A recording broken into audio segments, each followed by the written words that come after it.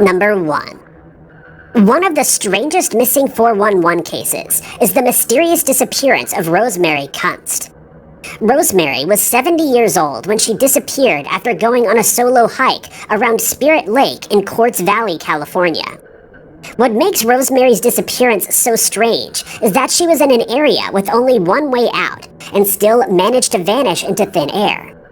Rosemary was on a weekend excursion to the lake, organized by Earth Circle Association. Every year, a Native American elder named Charlie Red Hawk Thom would lead a hike to Spirit Lake to carry out spiritual ceremonies.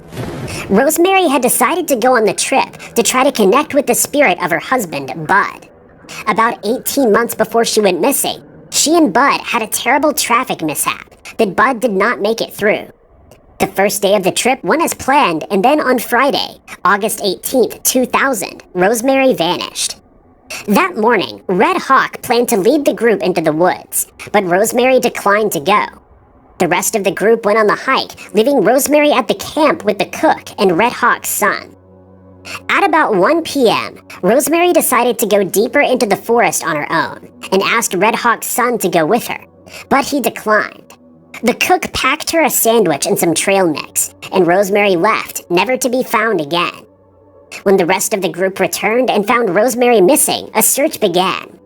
Surrounding Spirit Lake are steep hillsides at an angle of 70 degrees in some destinations. There was only one way out of the area, through the trail at the north end of the lake.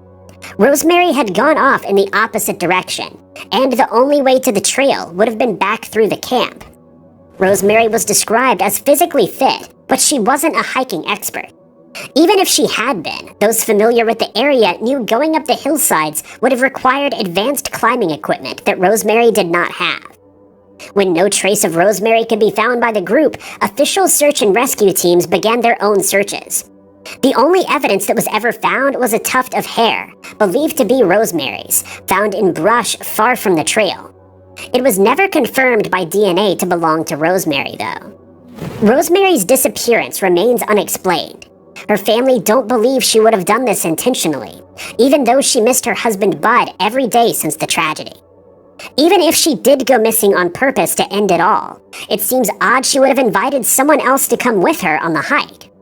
Like many mysterious 411 cases, theories abound that she had a mishap in the wilderness and just... Number 2. Eric Lewis was climbing Mount Rainier with 2 companions when he disappeared in one of the strangest missing 411 cases ever documented.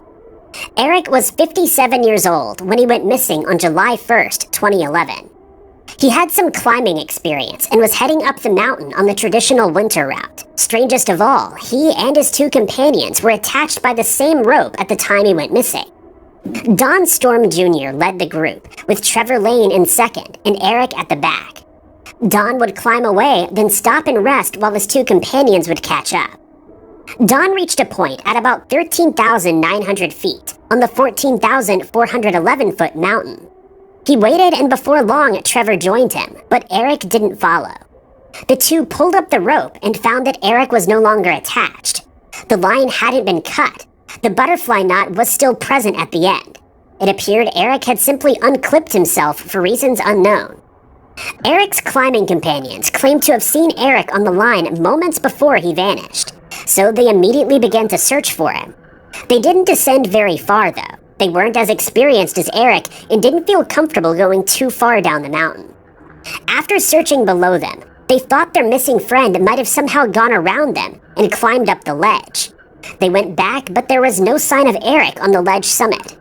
They went back down to the nearest camp to alert authorities. Bad weather is a common factor in many missing 411 cases, and that was also the case in the disappearance of Eric. Weather conditions were very severe, which not only hampered search efforts, but may have been the cause of Eric letting himself off the line in the first place.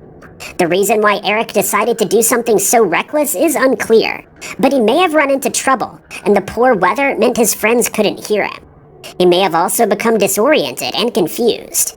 Sources claim the companions could only find Eric's footsteps following theirs. There was no sign of him turning away from the group, other than the fact that he was no longer with them.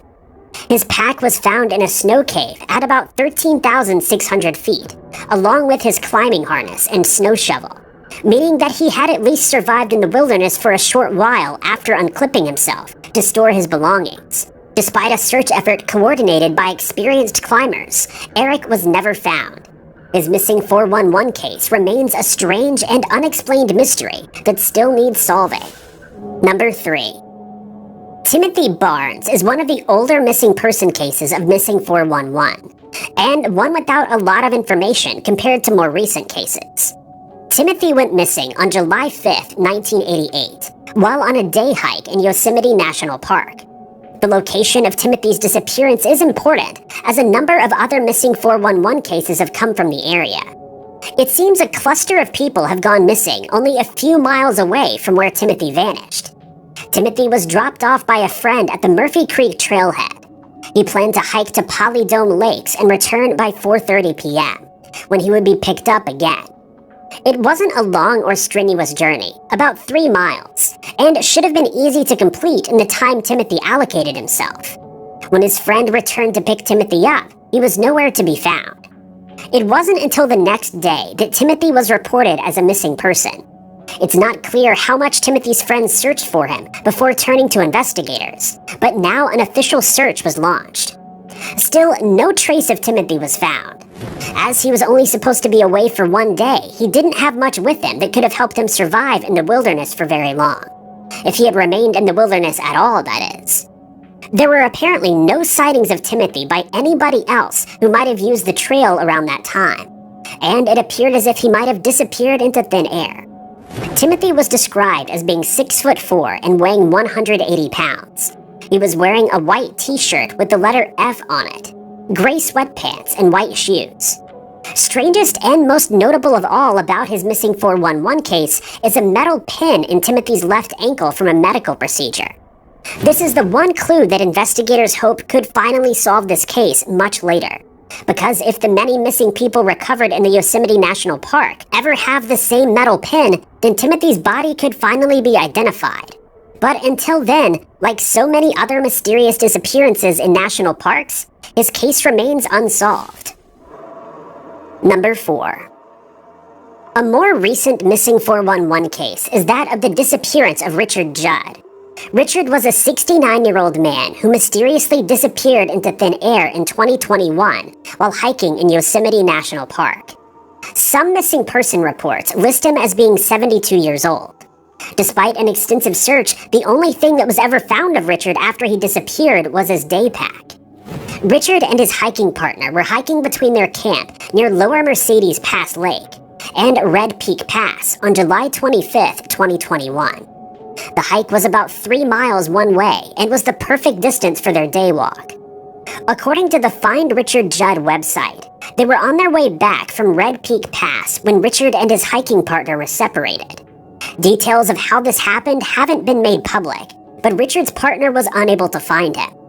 It's not clear how much time passed between when Richard was last seen and when his hiking partner told authorities that he had gone missing, but a search of the woods soon began in the hopes that he would be found soon.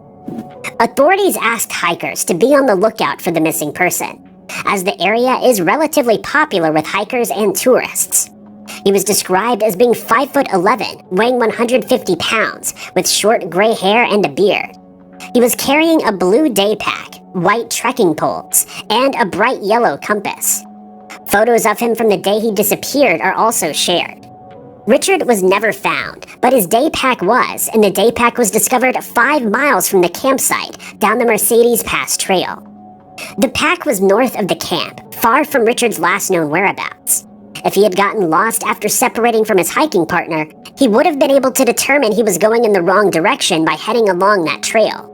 This is what makes Richard's disappearance one of the strangest missing 411 cases ever. The search was scaled back on August 4th, and since then there have been no updates in Richard's case. Anyone with information on this case can contact the National Park Service's Investigative Services Branch tip line at 888-653-0009. And as a side note, Richard wasn't the only person to mysteriously disappear in the Yosemite Park last summer. But in other missing person cases, bodies were soon found. Park investigators have classified these disappearances as separate cases, but the missing 411 theory speculates that clusters of people who mysteriously disappear in the wilderness, like the mass disappearances of Yosemite Park, could somehow be connected. Number 5. Alvy Webb was 80 years old at the time that he went missing in the San Juan National Forest in Colorado in October of 2019. He was from Oklahoma and had traveled to the area with his family for their annual hunting trip. It was an area that he had been to before, but Alvy still wasn't used to the high altitude, and it would take some time for his body to acclimate. On October 19th, he was ready to go hunting, even though he still hadn't gotten used to the thin air.